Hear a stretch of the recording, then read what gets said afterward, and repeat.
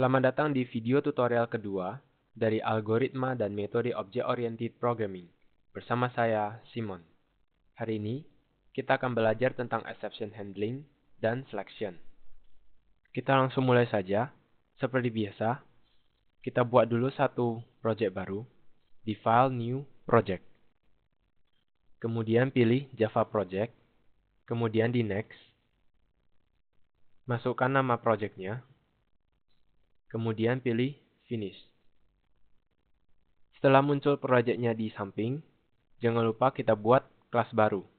Klik kanan saja, kemudian pilih New, Class. Masukkan nama kelasnya. Kemudian jangan lupa centang Public Static Void Main. Kemudian Finish. Untuk yang pertama, saya akan menjelaskan tentang exception handling. Pada video yang lalu, kita sudah belajar tentang yang namanya input dan output. Sekarang kita akan coba untuk membuat suatu program penjumlahan. Jadi, kita akan memasukkan dua angka ke dalam program kita, kemudian hasil penjumlahannya akan dicetak ke dalam layar. Kita langsung mulai saja. Untuk yang pertama, jangan lupa, kita buat dulu scannernya.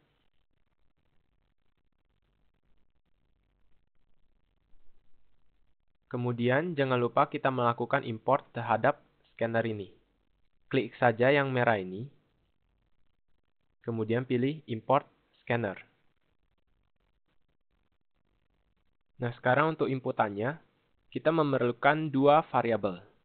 Jadi, kita buat saja integer A, kemudian B. Untuk langkah pertama, kita akan menginput nilai dari A. Jadi, saya akan ketikkan di sini, A sama dengan scan dot next integer. Nah, sekarang kita akan coba untuk menjalankan program kita.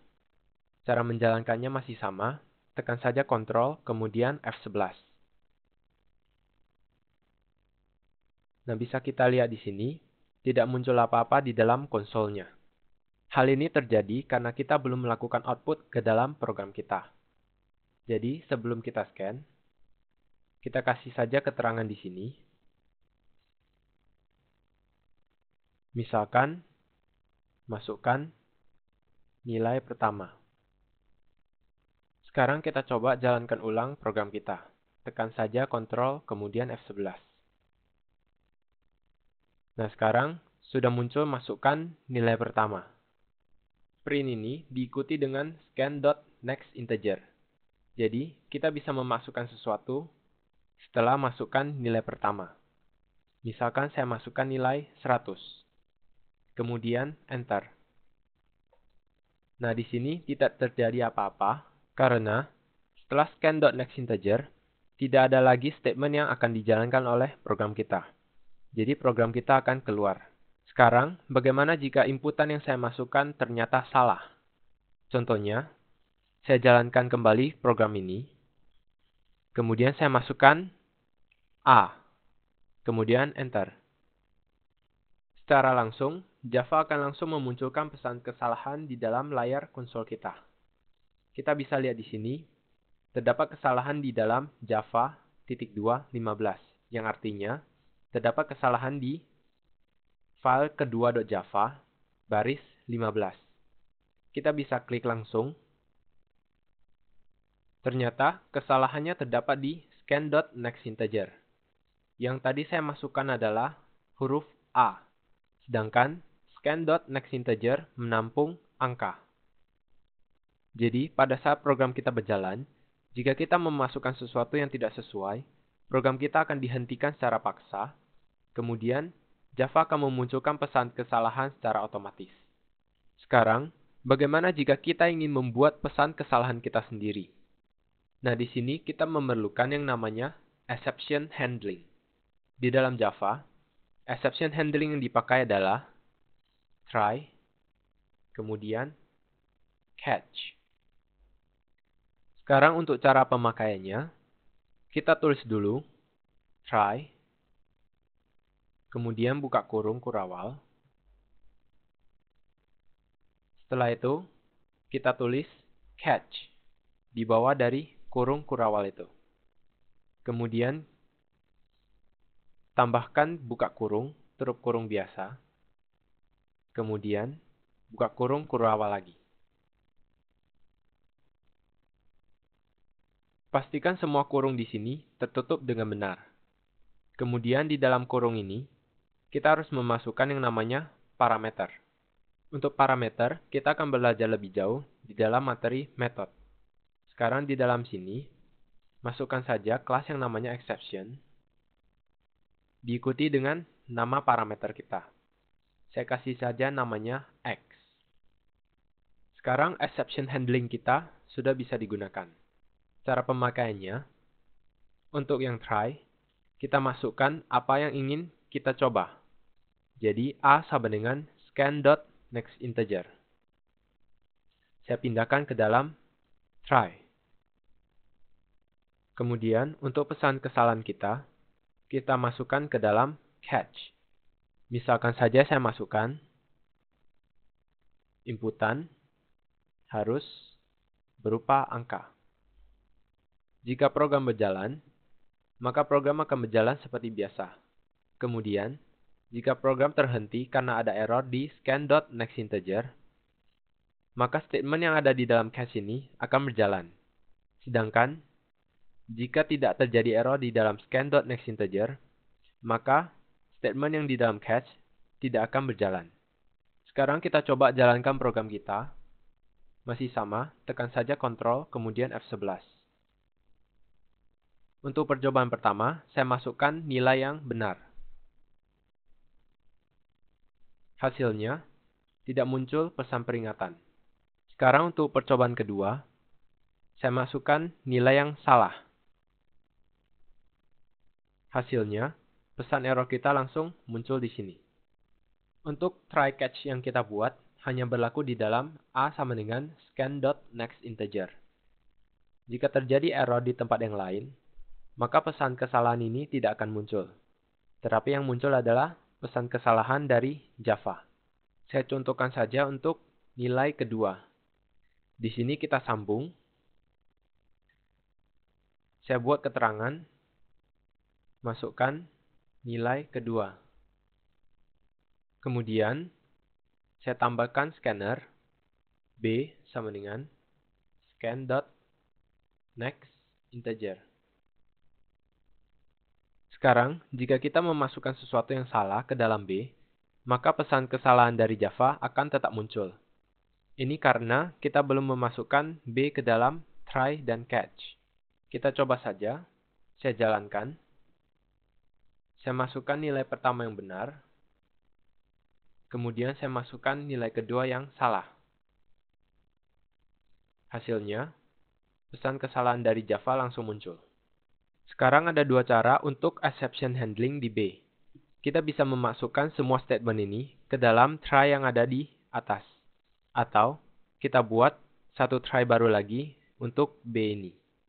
Untuk kali ini, saya akan membuat try baru saja. Jadi, kita buat lagi satu try dengan format yang sama. Kemudian, kita masukkan B sama dengan scan.nextInteger ke dalam try ini. Kemudian jangan lupa, kita buat pesan kesalahan kita.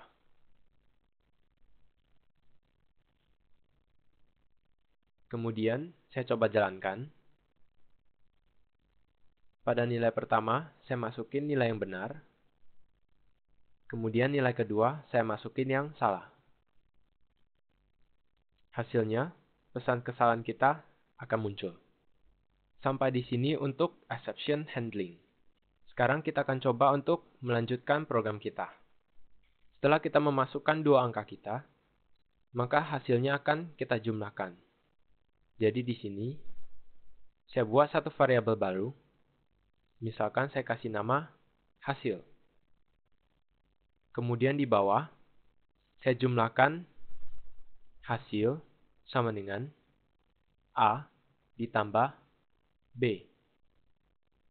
Di sini terdapat dua garis merah di A dan B. Untuk error yang ini, kita belum melakukan yang namanya inisialisasi nilai. Jadi kita perlu memasukkan nilai terlebih dahulu. Masukkan saja A sama dengan 0, kemudian B sama dengan 0. Nah, setelah ini, hasil yang saya jumlahkan tadi akan langsung saya munculkan. Jadi saya print hasil penjumlahan adalah saya tambah dengan hasil. Sekarang kita coba saja untuk menjalankan program kita. Saya masukkan nilai pertama, misalkan 10. Kemudian nilai kedua, misalkan 25. Maka hasil penjumlahan adalah 35. Jadi sekarang program kita telah selesai. Sekarang misalkan saya ingin menambah hasil dari outputnya. Misalkan saja, jika hasil penjumlahannya adalah 100, maka akan dicetak kata 100. Kemudian, jika hasil penjumlahannya bukan 100, maka akan dicetak bukan 100. Nah, di sini kita menggunakan yang namanya selection. Di dalam Java, ada dua selection yang bisa kita gunakan. Untuk yang pertama, ada namanya if. Untuk strukturnya, if, buka kurung, tutup kurung, kemudian kurung kurawal, kemudian tutup kurung kurawal.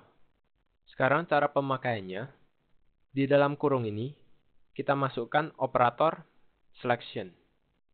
Untuk Java, operator selection yang bisa kita pakai adalah and, or, equals, lebih besar, lebih kecil, lebih besar sama dengan, dan lebih kecil sama dengan. Nah, untuk kali ini, jika hasil sama dengan 100, jadi yang kita pakai adalah equals. Jadi, tulis saja di sini, jika if hasil sama dengan 100, maka statement yang di dalam kurung ini akan berjalan. Misalkan saja, saya print hasil adalah 100. Kita coba saja, saya jalankan. Nilai pertama, misalkan saya masukkan 50. Kemudian nilai kedua, saya masukkan 50, agar hasilnya 100. Setelah saya enter, hasil adalah 100, muncul di sini. Sekarang, saya jalankan lagi.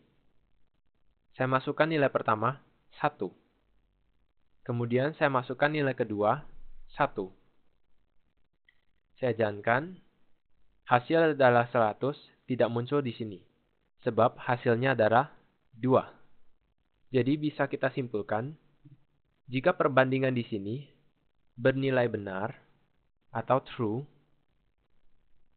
maka statement yang di dalam kurung ini akan berjalan. Kemudian kalau misalnya kita mengganti operatornya, maka hasilnya akan berbeda. Misalkan saya ganti menjadi lebih kecil sama dengan. Saya jalankan, maka nilai yang kita masukkan, jika hasilnya lebih kecil sama dengan 100, maka hasil adalah 100 langsung muncul di sini. Kemudian, jika saya memasukkan nilai lebih dari 100, maka hasil adalah 100 tidak akan muncul di sini. Sekarang misalkan saja, saya ingin memunculkan hasil adalah 100 pada saat hasil sama dengan 100. Kemudian, saya ingin memunculkan hasil lebih kecil dari 100 pada saat hasil lebih kecil dari 100. Untuk yang ini, kita harus menambahkan yang namanya else if. Buka kurung tutup kurung, kemudian tambahkan kurung kurawal. Jadi strukturnya hampir sama dengan if biasanya.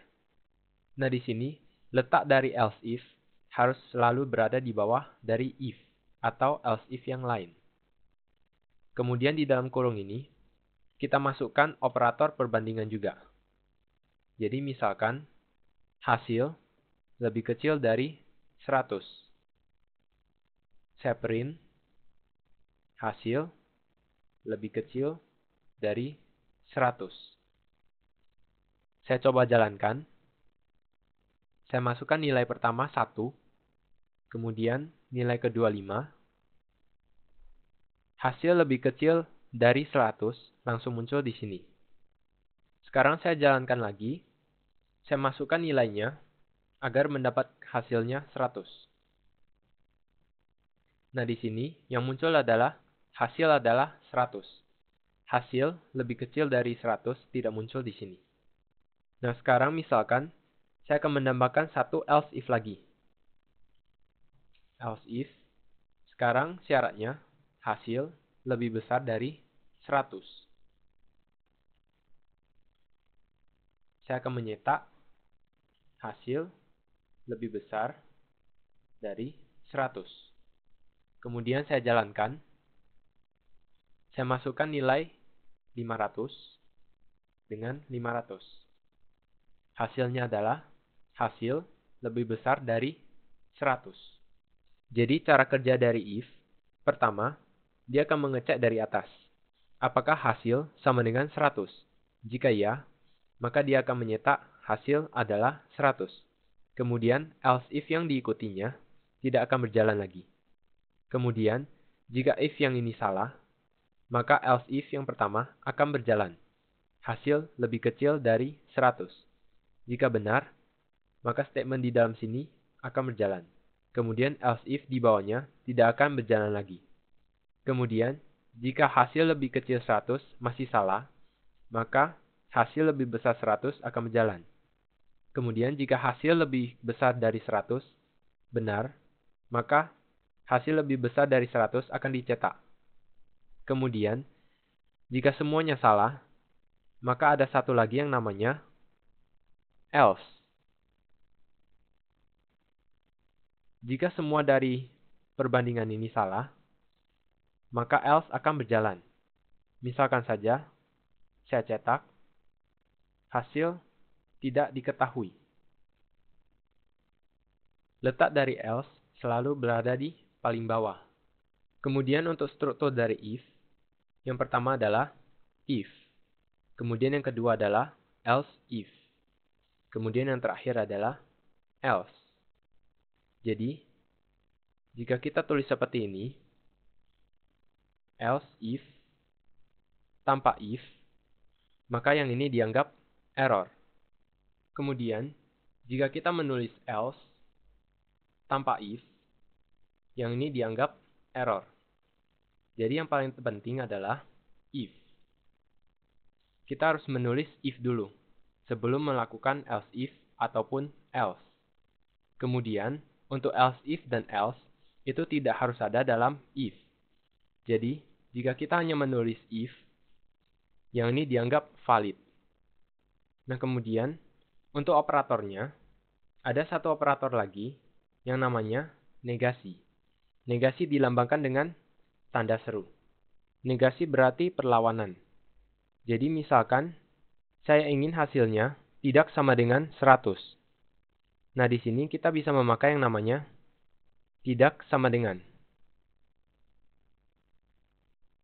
Jadi, jika hasil tidak sama dengan 100, maka saya akan menyetak hasil bukan 100. Saya jalankan. Saya masukkan nilainya 1, kemudian 1. Nah, jika hasil tidak 100, maka yang muncul adalah hasil bukan 100. Kemudian ada dua operator lain lagi yang namanya AND dan OR. AND berarti dan, OR berarti atau. Fungsi dari AND dan OR adalah untuk menggabungkan beberapa perbandingan. Contohnya saja, misalkan saya maunya jika hasil tidak sama dengan 100 dan hasil lebih kecil dari 100, maka saya akan menyetak sesuatu. Nah, di sini kita bisa menulis hasil tidak sama dengan 100 and hasil lebih kecil dari 100. Kemudian saya akan menyetak misalkan and berjalan. Saya coba jalankan. Saya masukkan nilainya 1, kemudian 1. Hasilnya, N berjalan. Saya coba lagi. Saya masukkan nilainya 100, kemudian 100. Hasilnya, N tidak berjalan. Jadi untuk logika N, kita bisa lihat di tabel ini. Jika perbandingan pertama benar, kemudian perbandingan kedua benar, maka hasilnya adalah benar. Jika salah satu dari perbandingan ini salah, maka hasilnya adalah salah. Ini logika untuk N. Kemudian, untuk yang OR. Nah, di sini, untuk yang OR, jika salah satu dari perbandingan ini benar, maka hasilnya langsung true atau benar. Kemudian, jika kedua perbandingan ini salah, maka hasilnya adalah false. Jadi untuk dan ini tidak berjalan, karena salah satu atau keduanya salah. Contohnya saja, hasil tidak sama dengan 100. Hasil adalah 200. Yang ini true. Kemudian hasil lebih kecil dari 100. Karena hasil 200, jadi yang ini false. True dan false, hasilnya false. Jadi, statement yang di dalam sini tidak berjalan. Sekarang saya coba mengganti N ini menjadi OR. Saya jalankan. Saya masukkan nilai yang sama. Hasilnya, N berjalan. Kita periksa. Hasil tidak sama dengan 100. Karena 200, jadi yang ini benar. Hasil lebih kecil dari 100. Karena 200, jadi yang ini salah. True atau false. Hasilnya true. Jadi N berjalan. Sampai di sini untuk if. Kemudian untuk selection yang kedua, ada namanya switch. Untuk strukturnya, switch, buka kurung, tutup kurung, kemudian buka kurung kurawal, kemudian tutup kurung kurawal. Fungsi dari switch sama dengan if, tetapi cara pemakaiannya beda. Di dalam kurung ini, kita hanya memasukkan variabel kita. Misalkan saya masukkan hasil. Kemudian di dalam kurung kurawal ini, kita masukkan case-case yang akan dicek oleh switch ini. Misalkan, case 1. Kemudian diikuti dengan titik 2. Kemudian diakhiri dengan yang namanya break. Kemudian titik koma. Nah, di antara case dan break ini, kita masukkan statement yang akan dijalankan. Misalkan, hasil adalah 1.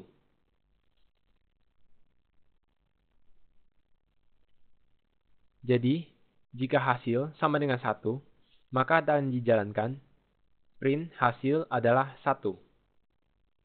Kita coba saja. Saya masukkan nilai pertama 1. Kemudian saya masukkan nilai kedua 0. Maka yang terjadi adalah hasil adalah 1. Jadi, switch hanya berfungsi untuk perbandingan sama dengan. Kemudian, kita bisa menambahkan case yang lain. Contohnya, case 100, titik 2, break. Kemudian kita masukkan statement kita.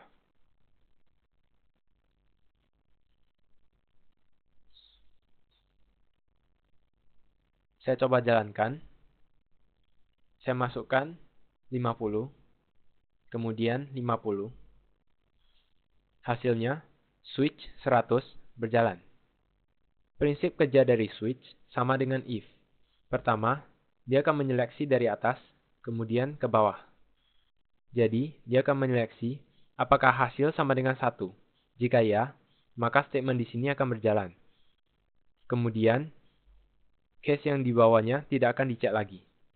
Kemudian jika 1 salah, maka dia akan cek yang berikutnya. Apakah hasil sama dengan 100? Jika ya, maka switch 100 akan berjalan. Kemudian, case yang di bawah tidak akan berjalan lagi. Kemudian untuk else di switch, ada namanya default.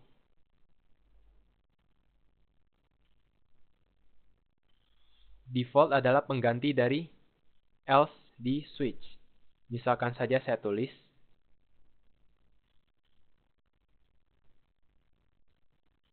kemudian saya jalankan. Saya masukkan nilai pertama, 5. Yang kedua, 5. Hasilnya adalah bukan semuanya. Kemudian untuk pemakaian antara switch dan if tidak dibatasi. Jadi kita bebas memilih ingin memakai switch atau memakai if. Oke, sampai di sini saja materi kita di video tutorial ini. Terima kasih dan sampai jumpa.